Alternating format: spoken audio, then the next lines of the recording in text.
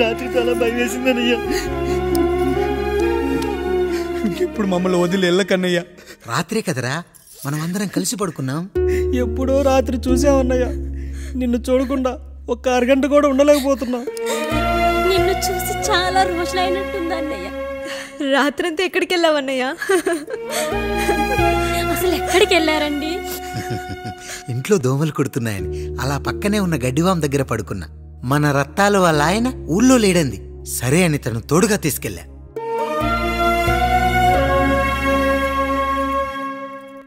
మీ సావుకటే మీ కుటుంబాన్ని నుంచి మిమ్మల్ని విడదీయాలయ్యా. అప్పటి వరకు మేము కళ్ళు తెరిస్తే మా కళ్ళ ముందు ఉండాలి, కళ్ళు మూస్తే మా కళ్ళలో ఉండాలయ్యా. నమస్కారం రాయుడు గారు.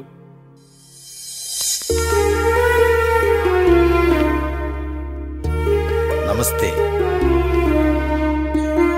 ఏం జడ్జి గారు ఎప్పుడొచ్చారు? ఇప్పుడే. రాయుడు గారు మీ కుటుంబం గురించి వినడమే గాని ఇప్పుడే చూస్తున్నాను. ఒక్కసారి మీ కుటుంబ సభ్యుల్ని నాకు పరిచయం చేయండి రాయుడు గారు. వాళ్ళు నా తమ్ముళ్ళు.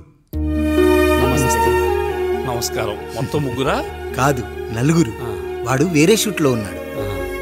వీళ్ళు నా చెల్లెళ్ళు. నమస్కారం తల్లి. వీళ్ళు నా భార్యలు. నమస్కారం అమ్మా. వీళ్ళు నా బంధువులు. నమస్కారం. నా జీవితంలో ఎంతో ముఖ్యమైన, ఇష్టమైన, ప్రాణమైన మరో మనిషిని మీకు పరిచయం చేయాలి. ఆవిడే.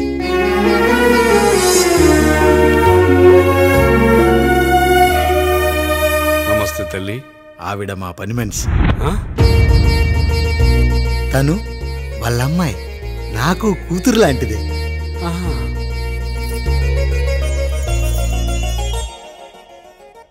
ఆ ఫోటోలోని వ్యక్తి ఎవరమ్మా?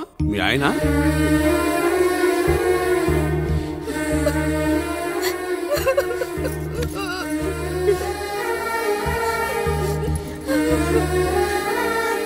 చనిపోయారా?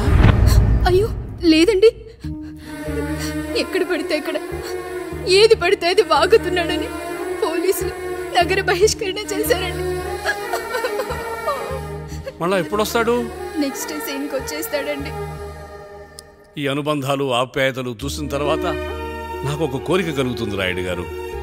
మీరు కాదనరనే ధైర్యంతో అడుగుతున్నాను. అడగండి. నాకు ఒక్కతే కూతురు. ఆమెను మీ కుటుంబంలో సభ్యురాలుగా చేసుకుంటారని. తప్పకుండా. నా భార్యలకు అభ్యంతరం లేకపోతే తనను నేను పెళ్లి చేసుకుంటా.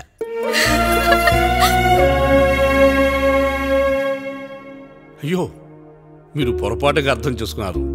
మీ పెద్ద తమ్ముడికి ఇచ్చి చేస్తారని.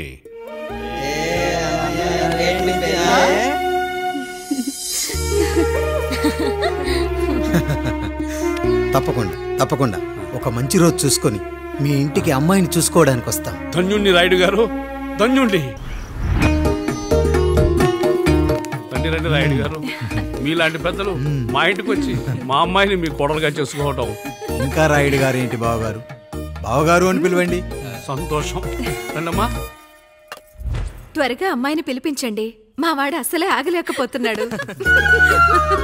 మా వాడు చిన్నప్పటి నుంచి అంతేనండి. కక్కొచ్చినా ఏమొచ్చినా ఆపుకోలేడు. త్వరగా మీ అమ్మాయిని పిలిపిస్తే ఆ కళ్యాణం ఏదో చేసేద్దాం. అమ్మా జయమాలిని, అమ్మాయిని చూసురా.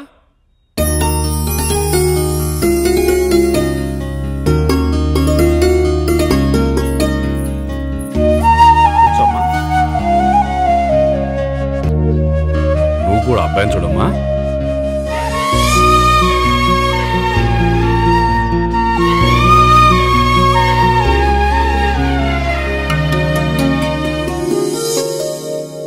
మా అమ్మాయి అని చెప్పుకోవడం కాదు కానీ అసలు ఈ కాలపిల్ల కాదు బావగారు.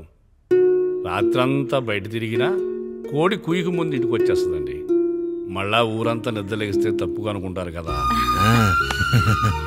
తను తిరిగే స్నేహితుల్లో పచ్చి తాగుబోతులు, తిరుగుబోతులు ఉన్నారు. కానీ ఆ విషయాన్ని తన మనసులోనే పెట్టుకుంటుంది కానీ స్నేహితుల గురించి ఎప్పుడూ చెడుగా చెప్పింది లేదు బావగారు. దీని చిన్నప్పుడే నా భార్య కారు డ్రైవర్తో కలిసి పక్క సందులోనే కూరగాయల మార్కెట్కి వెళ్ళి తప్పిపోయారు. అప్పటి నుంచి ఎంత వెతికించినా మా డ్రైవరు కనపడలేదు, నా భార్య దొరకలేదు.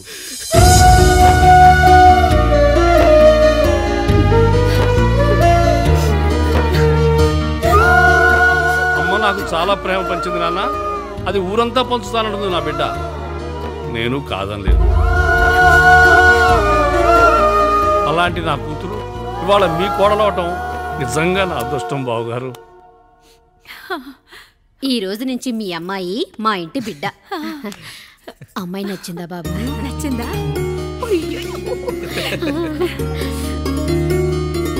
వాడికేం తెలుసు అన్నయ్య గారు, చిన్నపిల్లాడు. ఇప్పటికీ ఆకుని చెవులో పువ్వుని నోట్లో పెట్టుకొని తిరుగుతూ ఉంటాడు.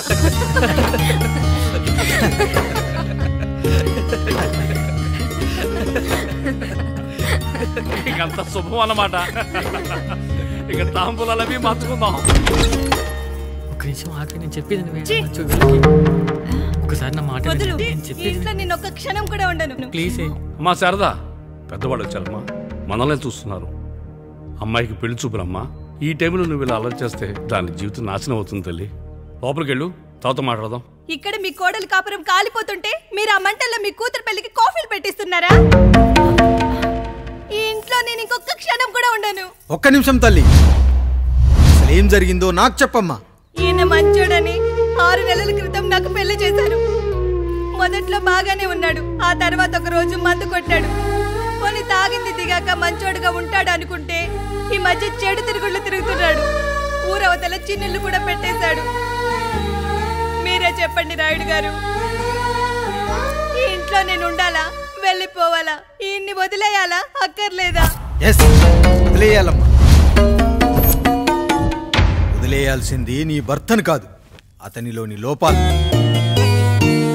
ఆశ్చర్యపోతున్నావు కదూ? ఒక మగాడి బాధ సాటి మగాడిగా నేను చెప్తానమ్మా. ఆడదాని ప్రేమ వెలిగించిన అగరొత్తి లాంటిది. ఒకడు వెలిగించగానే కొన్ని గంటల్లో బూడిదైపోతుంది. కానీ మగాడి ప్రేమ దీపం లాంటిది. తను కాలుతూ కూడా నలుగురిని వెలిగించుకుంటాడు. ఆ వెలుగులో ఆనందాన్ని వెతుక్కుంటాడు. చూడమ్మా శారద, నువ్వు కాకిలోని నలుపును చూస్తున్నావు, నేను దాని రెట్టలో తెలుపును చూస్తున్నాను. మొగడు మందు కొట్టొస్తే నిన్ను కొట్టలేదని సంతోషపడాలి గాని బాధపడకూడదమ్మా. ఇక చిన్నిల్లు సంగతి అంటావా? రుచిగా ఉందని లొట్టలేసుకుంటూ సగం తిన్న బిర్యానీలో కుక్క మూతి పెట్టిందని తెలిసాక దాన్ని పారేసుకుని ఆకలిని చంపుకోవడం కంటే నాకింది మనింటి కుక్కే కదా అని దాని మూతిపళ్ళు రాలగొట్టి ఇంట్లో కట్టేయాలి. నీ భర్త కూడా అలాంటి కుక్కలాంటి వాడేనమ్మా.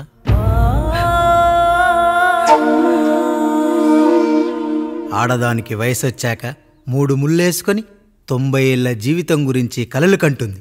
అదే మగాడు 3 ముక్కలాడి 90 ml మందేయాలని కలలు కంటాడు.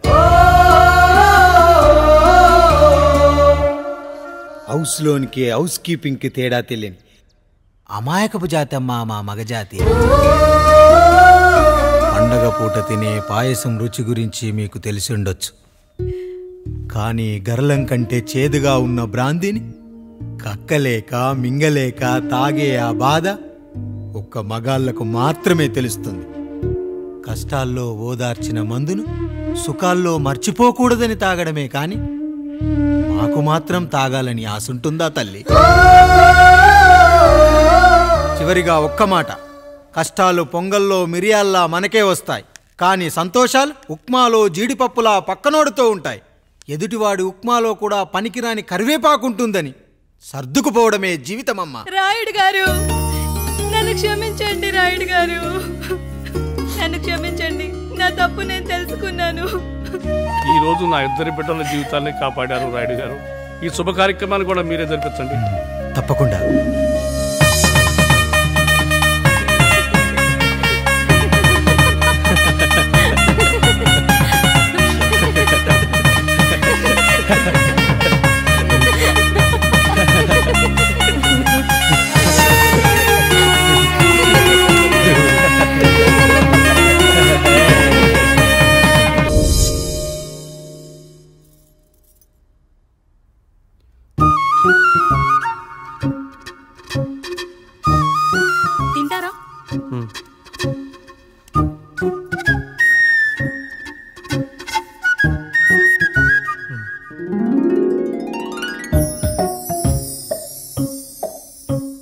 టైమా? అవును, మీకెలా తెలిసిపోయిందండి? అంటే మా బామ్మ చెప్పింది. శోభనం గదిలో అనుభవం మగాడైతే మామిడి పండు పిసుక్కొని తింటాడు, అదే లేనివాడైతే మీలా ఇలా అరటిపండు ఓపిగ్గా ఒలుచుకొని తింటాడు అని.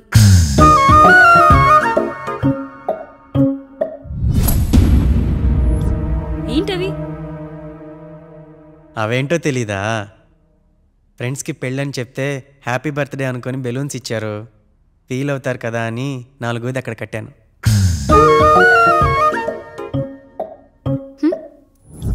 అన్నీ వచ్చాడు. పిల్లల గదిలోకి వెళ్ళారా? వెళ్ళారండి.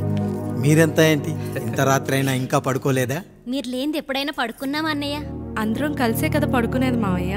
సరే సరే, అందరం పెద్దోడి గదిలో పడుకుందాం. ఈరోజు వాడి శోభనం కదా, అసలే కొత్త. పక్కనుంటే ధైర్యంగా ఉంటుంది, పక్క నుండి దగ్గరుండి జరిపిద్దాం. పదండి.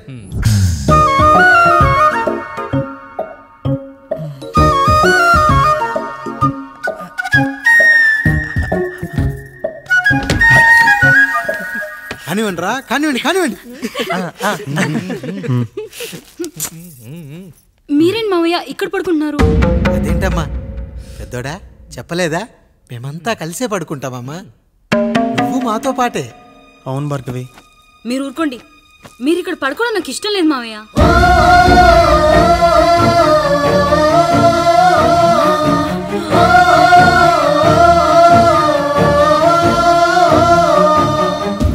అదేంటమ్మా అలా అంటావు? ఎన్నో చూసాం, ఎన్నో చేశాం. దుక్కి దున్ని కోత కోయకుండానే ఈ విత్తనాలన్నీ మొలకొచ్చాయంటావా తల్లి? అవన్నీ నాకు తెలియదు మావయ్య, మర్యాదగా బయటికి వెళ్ళండి.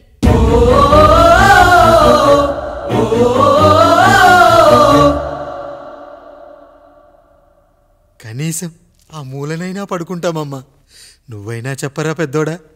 అంటే తను ఇబ్బంది పడుతుంది కదా నాన్న.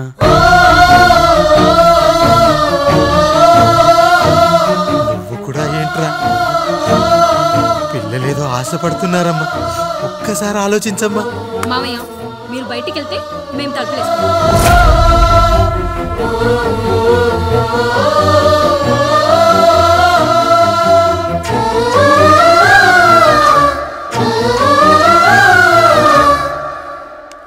వేసుకోండి అమ్మా, వేసుకోండి, తలుపులు వేసుకోండి.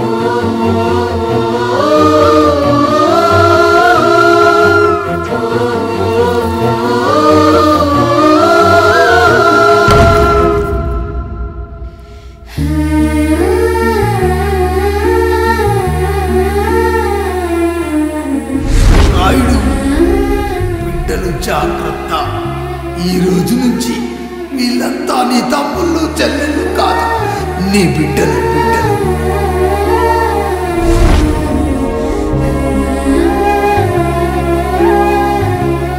జానకి, ఏమండి? సావిత్రి, ఏమండి? లక్ష్మి, ఏమండి? మన గదిలోకి పదండి. ఇక నుంచి ఎవరి పిల్లలతో వాళ్ళ గదిలోనే పడుకోవాలి. ఇది ఈ రోజు నుంచి ఈ వంశానికి రాస్తున్న కొత్త శాసనం. అయ్యా అలా అరకండి అయ్యా, మీరు లేకుండా మేము ఎప్పుడైనా విడిగా పడుకున్నాము. అంతా కలిసే కదయ్యా పంచుకున్నాం. వెళ్ళరా వెళ్ళు, నీకు భార్య ఉంది, నీకు పడగది ఉంది. వేసుకోండి రా, మీరు వేసుకోండి, తలుపులు వేసుకోండి. మీరు కూడా ఏంటండి పిల్లలేదు? చిన్న పిల్లల వాళ్ళని ఉయ్యాల్లో ఆడించేటప్పుడు పక్కనే ఈ నాన్న కావాలి, బడికెళ్ళేటప్పుడు పక్కనే ఈ నాన్న కావాలి, గుడికెళ్ళేటప్పుడు కూడా పక్కనే ఈ నాన్న కావాలి. కానీ శోభనం గదిలో మాత్రం పక్కనే ఉంటానంటే బరువయ్యాను జానకి, బరువయ్యాను.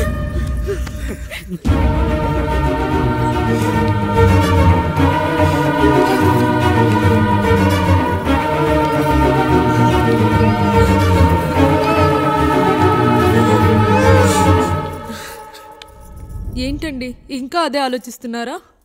ఎలా మర్చిపోగలను లక్ష్మి? జరిగిందేదో జరిగిపోయింది, మీరు బాధపడకండి. ఎంత మాట అన్నాడో చూసావా? నా భార్య ఇబ్బంది పడుతుంది, బయటికెళ్ళండి నాన్న అన్నాడు. వాణ్ణి ఎలా పెంచాను? చదువుకుంటే పై చదువులకు వాడు వేరే ఊరు వెళ్లాల్సి వస్తుందని చదివే మాన్పించేశాను. జ్వరం వస్తే ఆ మాత్రలు చేదుగా ఉంటాయని నేనే మింగాను. నోరు తెరిచి అమ్మ కావాలన్నప్పుడల్లా ఎంతమంది అమ్మల్ని ఇచ్చాను. నాన్న అన్న ప్రతిసారి నాన్నల్ని ఇవ్వలేకపోయానని వాడికి నా మీద కోపమో ఏమో జానకి. నిజమేనండి, మనమంతా ఇలా లేమే. మన కుటుంబానికి దిష్టి తగిలింది. మా నాన్న మరణంతో ఆస్తిపోయి తమ్ముళ్ళతో నడి రోడ్డున పడ్డప్పుడు ఇలాంటి కష్టాన్ని మొదటిసారి అనుభవించాను.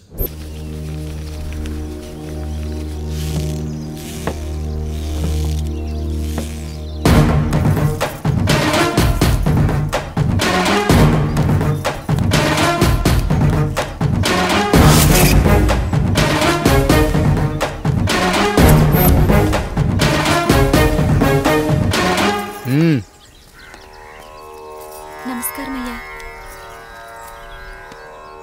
అయ్యా, మన ఈరిగాడికి సంవత్సరం క్రితం పెళ్ళయిందయ్యా. మొన్నటిదాకా తాడు బంగారంలో ఉన్న వాళ్ళ జీవితం ఇప్పుడు తాడు ఫ్యాన్లో మారిందయ్యా. తన భర్తకి తల్లిదండ్రులు ఎక్కువయ్యారయ్యా. కట్టుకున్న భార్యకి చీర కొనడం కంటే అమ్మా నాన్నలకు మాత్రం మందులు కొనటమే తన సంతోషం. పొద్దున లేచిన దగ్గర నుంచి తల్లిదండ్రుల పనులు పెళ్ళ ముద్దు ముచ్చట తీర్చట్లేదని తల్లిదండ్రులను వృద్ధాశ్రమంలో చేరిస్తే తను తన భర్త సంతోషంగా ఉంటామని వీరిగాడి భార్య సావిత్రి రచ్చబండి ఫిర్యాదు చేసిందయ్యా. చూడమ్మా, ప్రతి స్త్రీ జీవితం 3 ఆకులతో ముడిపడి ఉంటుంది. పెళ్లిల్లో మావిడాకులు, శోభనం గదిలో తమలపాకులు, ఆ తర్వాత భర్తతో విడాకులు. మావిడాకులు గుమ్మానికి కట్టొచ్చు, తమలపాకులతో కిల్లీలు కట్టొచ్చు, కానీ విడాకులతో కాపురాలను కట్టలేమమ్మా, కట్టలేం. నన్నేం చేయమంటారు? నాకంటూ కోరికలుండవా? భర్తతో సరదాగా ఒక్కదాన్నే గొడవ పడాలని, ఆయన కష్టపడి అలిసొస్తే పక్కింటి వాళ్ళ కబుర్లన్నీ చెప్పాలని, వచ్చిన జీతం మొత్తం చేతికిచ్చాక నేనే 10ో 12కో చేతిలో పెడితే ఆయన కళ్ళల్లో ఆనందం చూడాలని నాకనిపించదా? ఎంతసేపు అమ్మా నాన్న అంటూ వాళ్ళ కొంగు పట్టుకుని తిరగడమే తప్ప నా పైట పట్టుకుని తిరిగిందే లేదు. నాకు విడాకులొద్దు, నా భర్త నాకు కావాలి.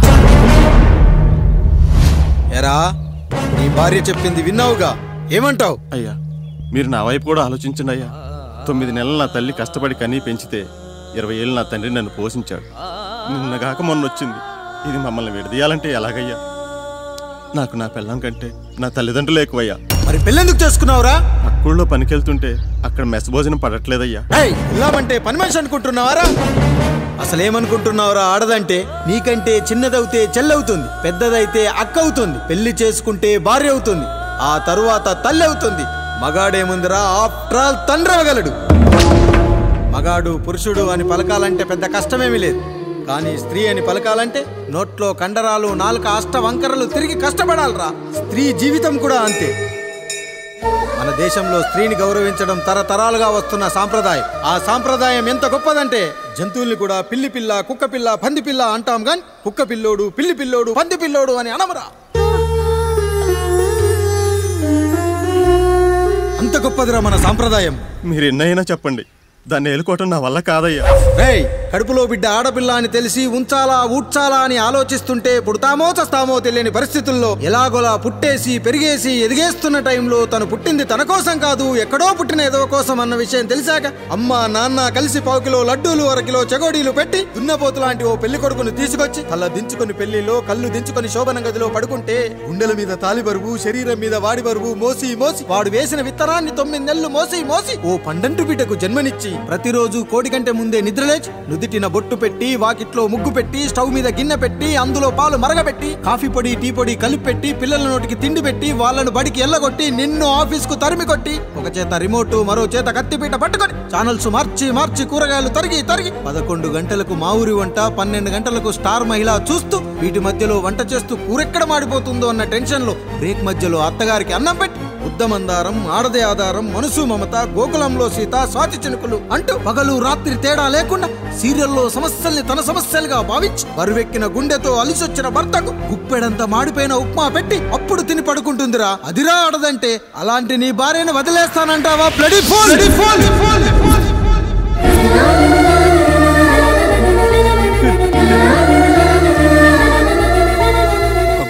ఆడదాని గురించి చెప్పాలంటే నాకు 3 నిమిషాలు పట్టిందిరా.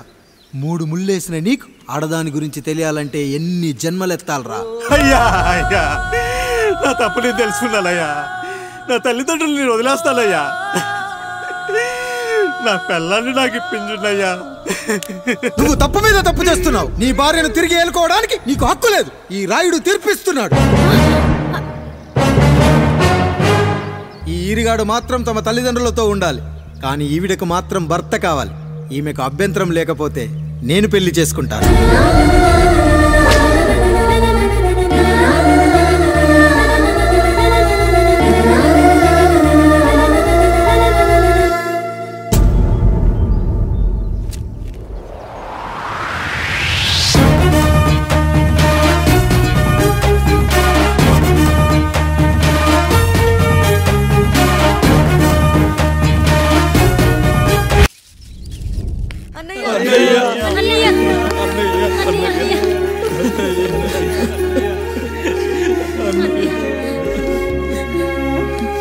రాత్రి చాలా భయం వేసిందనయ్యా. ఇప్పుడు మమ్మల్ని వదిలి వెళ్ళకన్నయ్యా. రాత్రే కదరా మనం అందరం కలిసి పడుకున్నాం. ఎప్పుడో రాత్రి చూసామన్నయ్యా. నిన్ను చూడకుండా ఒక్క అరగంట కూడా ఉండలేకపోతున్నా. నిన్ను చూసి చాలా రోజులైనట్టుంది అన్నయ్య. రాత్రంతా ఎక్కడికి వెళ్ళావన్నయ్యా? అసలు ఎక్కడికి వెళ్ళారండి? ఇంట్లో దోమలు కుడుతున్నాయని అలా పక్కనే ఉన్న గడ్డివాం దగ్గర పడుకున్నా. మన రత్తాలు వాళ్ళ ఆయన ఊళ్ళో లేడంది. సరే అని తను తోడుగా తీసుకెళ్ళా.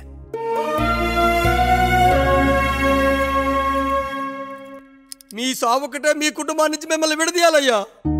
అప్పటి వరకు మేము కళ్ళు తెరిస్తే మా కళ్ళ ముందు ఉండాలి, కళ్ళు మూస్తే మా కళ్ళలో ఉండాలయ్యా.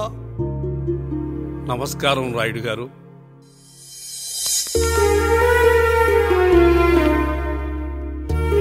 నమస్తే. ఏం జడ్జి గారు ఎప్పుడొచ్చారు? ఇప్పుడే. రాయుడు గారు, మీ కుటుంబం గురించి వినడమే గాని ఇప్పుడే చూస్తున్నాను. ఒక్కసారి మీ కుటుంబ సభ్యుల్ని నాకు పరిచయం చేయండి రాయుడు గారు. వాళ్ళు నా తమ్ముళ్ళు. నమస్కారం. మొత్తం ముగ్గురా? కాదు, 4. వాడు వేరే షూట్లో ఉన్నాడు. వీళ్ళు నా చెల్లెళ్ళు. నమస్కారం తల్లి. వీళ్ళు నా భార్యలు. నమస్కారం అమ్మా. వీళ్ళు నా బంధువులు. నమస్కారం. నా జీవితంలో ఎంతో ముఖ్యమైన, ఇష్టమైన, ప్రాణమైన మరో మనిషిని మీకు పరిచయం చేయాలి. ఆవిడే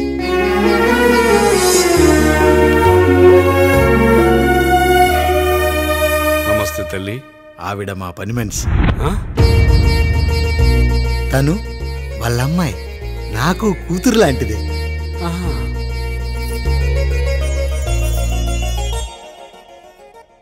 ఆ ఫోటోలోని వ్యక్తి ఎవరమ్మా? మీ ఆయన?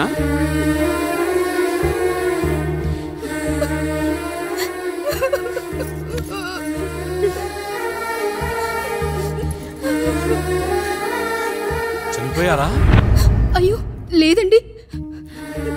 ఎక్కడ పడితే అక్కడ, ఏది పడితే అది వాగుతున్నాడని పోలీసులు నగర బహిష్కరణ చేశారండి. మళ్ళా ఎప్పుడొస్తాడు? నెక్స్ట్ సీన్కి వచ్చేస్తాడండి. ఈ అనుబంధాలు, ఆప్యాయతలు చూసిన తర్వాత నాకు ఒక కోరిక కలుగుతుంది రాయుడు గారు. మీరు కాదనరనే ధైర్యంతో అడుగుతున్నాను. అడగండి. నాకు ఒక్కతే కూతురు. ఆమెని మీ కుటుంబంలో సభ్యురాలుగా చేసుకుంటారని. తప్పకుండా. నా భార్యలకు అభ్యంతరం లేకపోతే తనను నేను పెళ్లి చేసుకుంటా.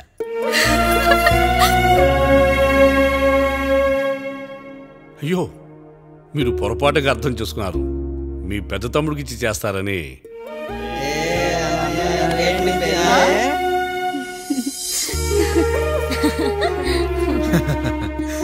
తప్పకుండా తప్పకుండా ఒక మంచి రోజు చూసుకొని మీ ఇంటికి అమ్మాయిని చూసుకోవడానికి వస్తాం. ధన్యుణ్ణి రాయుడు గారు, ధన్యుణ్ణి.